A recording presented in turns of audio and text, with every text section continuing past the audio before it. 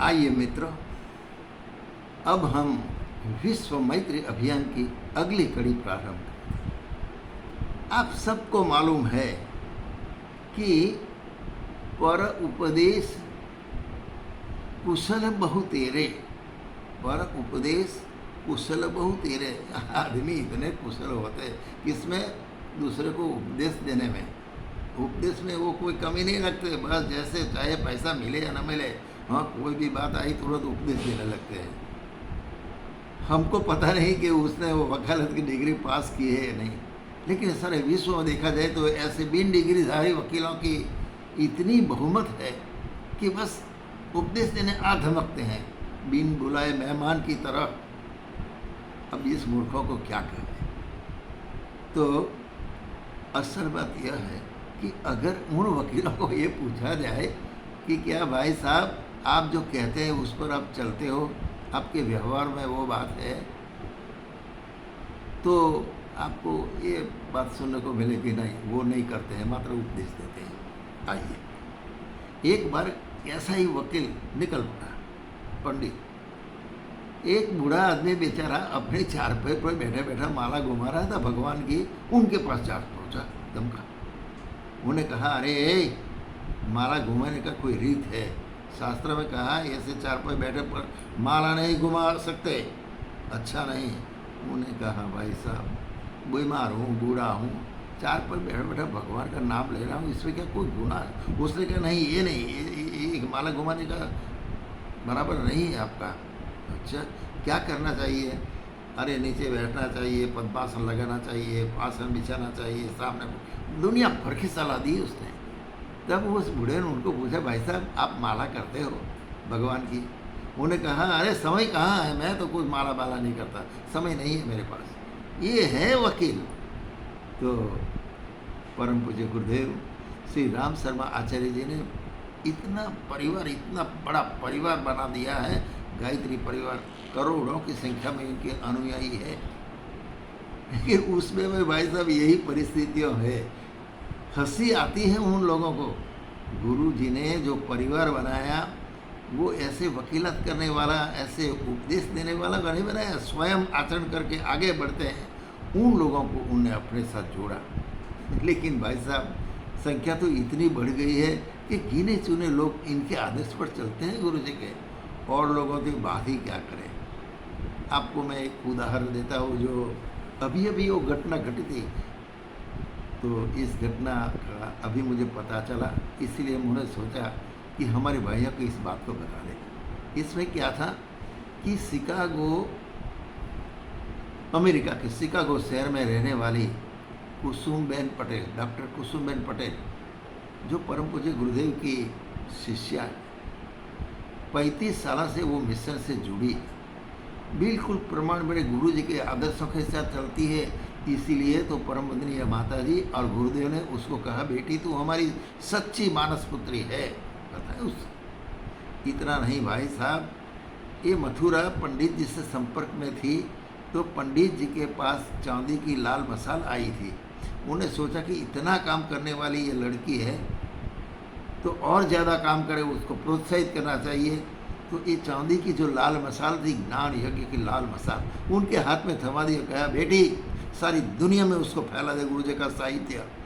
और भाई साहब कमाल हो गया, लाखों रुपए का साहित्य उसने फ्री बांट दिया पूरे विश्व में, भारत में, अमेरिका में और कहीं सभी जगह पर, देश विदेश में। अच्छा, अब एक बार ये हुआ कि गत 5 फरवरी 2021 को एक बहुत बड़ा कार्यक्रम छत्तीसगढ़ में रखा था। वो भी गुरु जी का शिष्य था, बहुत आदर्श और सिद्धांत पर रहने वाला। 10-10 साल तक उसने अपनी सेवाएं आश्रम में दी थी। वो हरि सिद्धार्थ आदिवासी युवक, उनने उनको निमंत्रित किया कि आप आइए, मैंने एक कार्यक्रम बनाया है, एक बेटी एक गाय। यहाँ के आदिवासी बच्चे पढ़ नहीं सकती है, आत्मनिर्भर नहीं है, इनके फैमिली की जो आर्थिक परिस्थिति बहुत संगीन है नहीं। अच्छा, यहाँ की आदिवासी विस्तार में ऐसे कोई पक्का रोड रास्ता नहीं कि हर गांव तक आप अपने वाहन से पहुँच सको। ऐसी परिस्थितियों में हमने एक गाय एक बेटी इसीलिए कार्यक्रम रखा है कि ये अंतर्गत उस जो गांव की जो बच्चियां हैं ऐसे छोटी छोटी, उनको कोई व्यक्ति अगर दत्तक ले ले, गोद ले ले, और उनको एक गाय, अच्छी वाली गाय उनको दान कर दे गोद में लेकर, तो उस गाय का जो उत्पन्न होगा, उसकी जो आय होगी, उसका पारदर्शी हिसाब रहेगा गांव के पास, और उसमें से उनको पढ़ाया जाएगा, आगे बढ़ाया जाएगा, उसकी रोजी रोटी जो भी सब व्यवस्था उसी में से होगी। और ये बेटी पढ़ लिख कर जब आगे बढ़ेगी, नाम ना करेगी संघर्ष के साथ, तो उन बच्चों के उत्कर्ष के लिए जो योजना बनाई थी, एक गाय एक बेटी, और उसी की अध्यक्षा बनकर उनको शिकागो से बुलाई। भाई साहब, अब सब जानते हैं उसको कि परिवार की महान बेटी है, बहुत काम करती है, सभी को पता है। लेकिन अपने कुछ भाइयों ने जब ये आई, विरोध कर दिया, काले झंडे दिखा दिए। अरे भाई, ये क्या है? आपकी ही तो बेटी थी, आपकी ही तो बहन थी, हैं?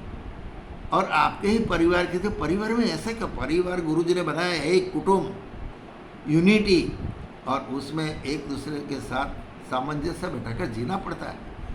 अब ये आई है अच्छे काम के लिए, दलितों के उद्धार के लिए, बेटियों के उद्धार के लिए, उनको आगे बढ़ाने के लिए। अरे आपको तो सहयोग देना चाहिए।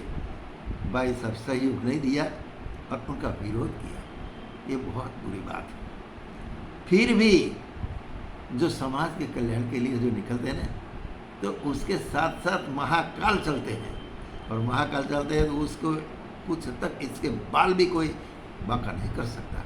उन्होंने बहुत बढ़िया कार्यक्रम बनाया, सभी जगह वो गई, इतनी उसने सम्मान मिला उनको, महिलाओं इतनी उनका सम्मान किया, बहुत प्रसन्न हुए। उन्हें एक गुरुकुल, बच्चियों के लिए एक गुरुकुल शुरू कर दिया। उस गुरुकुल ने उसमें उन्हें दिया, क्या दिया? कंप्यूटर दिया, नई शिक्षा बच्चियाँ प्राप्त कर सके, इसीलिए शुरू कर दिया। इतना ही नहीं, वहाँ के 60 गांव उनने गोद ले लिए कि इस गांव के उत्कर्ष के लिए मैं हर हमेशा काम करूँगी, दलितों के उद्धार के लिए ही मैं काम करूँगी। बस अब ये है महिला डॉक्टर कुसुमबेन पटेल। तो ये क्या विरोध करने की बात है? अरे हमें तो उनको सहयोग देना है, उनको सम्मान देना है, तभी हम गुरुजी के सच्चे शिष्य करवाते। विरोध की बात नहीं करो। विरोध, अगर कोई गलत काम करता है तो विरोध करना चाहिए, कोई गलत काम करता है विरोध नहीं करता, वो तो प्रोत्साहित करते हैं, सम्मान करते हैं गलत बातों को, और इनकी चापलूसी करते रहते हैं। ऐसे है हमारे परिवार में बहुत लोग ऐसे। चलो हम छोड़ो, इसकी बात को नहीं करते, लेकिन अच्छा काम करना चाहिए गुरुजी का। अच्छा, तो ये तो मैंने आपको कुसुमबेन की बात बताई, और उनने जो किया, 60 गांव घर लिया, पूरे एरिया में उनको इनका सम्मान मिला, बहुत सम्मान मिला। ये हो गया कार्यक्रम। अच्छा, एक दूसरी बात है कि उसी कार्यक्रम में नागदा के एक सामाजिक कार्यकर्ता, परिवार का ही आदमी है, सुरेश शर्मा जी, जिनने कत्ल खाने में जाने वाली गायों को बचा बचा कर 3 गौशालाएँ बना दी है। इतना नहीं, वृक्षारोपण के कार्यक्रम में आंवले के झाड़ रखे, आंवले के पेड़ लगाए, और उस आंवले की जो आय होती है गौशाला में यूज़ करते हैं। भाई साहब, गुरुजी के जो आदमी हैं, इतना बढ़िया काम करते हैं। तो एक गाय और एक बेटी का कार्यक्रम में वो खुद चले गए वहाँ अपने फैमिली के साथ, देखा, प्रसन्न हो गया, बुरी प्रसन्न रखे कि वाह क्या बात है हरीश सिंह जी की। हरीश सिंह जी को जानते हो, इस काम के लिए गवर्नमेंट ने उनको अवार्ड दिया है, हीरो ऑफ द नेशन, क्योंकि उन्हें अपने विस्तार में से ये पेड़ों में, जंगल में, पहाड़ों में, सारे पेड़ पर काली मिर्च के बगीचे लगा देकर हरियाली बना दी है। भाई साहब, एक काम तो ऐसा करो, किसी की तारीफ करो, किसी का सम्मान करो, किसी को ऊंचे उठाने के लिए सर प्रोत्साहित तो करो। विरोध करने से क्या मिलता है आपको, ये मेरी समझ में नहीं आता। गुरुजी ने कभी ऐसा नहीं विरोध किया। अरे गुरुजी पर जानलेवा हमला हुआ था, वहाँ से कहीं युवक आया शांति कुंज में, गुरुजी पर हमला कर दिया, जानलेवा हमला। गुरुजी ने उसको धकेल के नीचे कहा, बेटा भाग जा, अगर ये आश्रमवासी आएंगे तो तुझे जिंदा नहीं छोड़ेगा, भाग जा। लहूलुहान हालत में उसको भगा दिया, और एक शिकायत तक पुलिस खाता में नहीं की। ये थे गुरुजी श्री राम शर्मा आचार्य। इस कहते हैं कि निष्कलंक अवतार, इसका कोई कलंक उसके जीवन में नहीं है। इनके हम शिष्य ही क्यों नहीं समझते हम, और हम कलंकित बनते जा रहे हैं। ये नहीं करना चाहिए। अभी अभी एक दूसरी भी बात सुनी थी, वीडियो भी प्रकाशित हुआ और न जाने, अब मुझे तो ये अच्छा नहीं लगता, इसलिए मैं आपको ये बात बता देता हूँ। ये है डिंडोरी। डिंडोरी कहाँ आया? मध्य प्रदेश में। ये मध्य प्रदेश में गुरुदेव से समर्पित एक शिष्य है, तो राम कुमार शर्मा है इसका नाम। उन्हें वहाँ एक बहुत बढ़िया 70 एकड़ ज़मीन में आश्रम बनाया है। वहाँ आयुर्वेदिक और इसने सब और जो पिछड़े वर्ग है उन्हीं के उत्कर्ष के लिए वो काम कर रहा है। बहुत बुद्धिजीवी आदमी, गुरु जी से समर्पित। उन्हें कुसुम का जब कार्यक्रम हुआ तो अपने आश्रम में 7-8 दिन के लिए उनको बुलाया। दोनों के बीच में परामर्श हुआ, वहाँ के लोगों को समझाया, उत्कर्ष के लिए क्या किया जाए इसकी योजना बनाई। ये व्यक्ति, इस व्यक्ति का तो अब मैं कहना नहीं चाहता, सब लोग आप जानते हो, उसका वीडियो भी सुना होगा। इनका भी इंसल्ट हुआ। क्यों अपने भाइयों को आप इतनी गिराने की बातें सोच रहे हो, ये समझ में नहीं आता। तो ये तो गिने चुने लोग जो मेरे मन में आया और मैंने उस सुना, इसलिए मैंने आपको सुनाया। अगर ये बात सत्य है तो आज से हमें संकल्प करना चाहिए कि हम गुरुजी के शिष्य हैं, इनके आदर्श पर चलने वाले हैं, एक परिवार के हैं, उसमें कभी अलगता नहीं होगी, विभक्तता नहीं होगी, यूनिटी बनी रहेगी। एक दूसरे को ऊंचे उठाने के लिए हमारी जितनी भी शक्ति है, हमारा जितनी भी सामर्थ्य है, हमारी जितनी भी बुद्धि है, इसी से हम एक रूप बन कर चलेंगे। कहीं लड़ाई झगड़ा नहीं करेंगे, तो किसी का सम्मान करेंगे। नीचे गिराने की बात हम कभी भी मन में भी सपने में भी नहीं सोचेंगे। अगर ये हो जाता है तो महाकाल का सपना है ना, जो सतयुग की वापसी का साकार होकर रहेगा भाई साहब। और इसीलिए तो हमने इस जो कड़ी है उसको बताया विश्व मैत्री अभियान। हम सारे विश्व के साथ मैत्री से जुड़ना चाहते हैं। हम हमारे परिवार में यूनिटी बना देंगे, एक दूसरे का सम्मान करेंगे, वो देखकर पड़ोसी सुधर जाएगा, पड़ोसी भी वैसे चाल चलेगा। अपने घर में वही परिस्थितियाँ पनपेगी। 2 घर हो गए तो भी 2 से 4, 4 से 8, 8 से 4, पूरा गांव बदल जाएगा। कहीं भ्रष्टाचार देखने को नहीं मिलेगा, सब मैत्री से जुड़ेंगे। और जब एक गांव ऐसा हो जाए दूसरा गांव भी वैसा होगा, और इस तरह से सारा प्रांत भ्रष्टाचार मुक्त हो जाएगा। और फिर ये बातें चलती चलती राष्ट्र तक पहुँचेगी और लोग कहे ये अच्छी बात है, इसे तो जीवन में स्वीकार करना चाहिए। और स्वीकार करेंगे तो एक समय ऐसा आएगा, आने वाला है, तो पूरा विश्व वसुधैव कुटुंबकम की भावना से एक परिवार होकर रहेगा। और गुरु जी ने तो कहा कि सभी जगह कम्यून होना चाहिए, कम्यून कुटुंब माने एक कुटुंब होना चाहिए।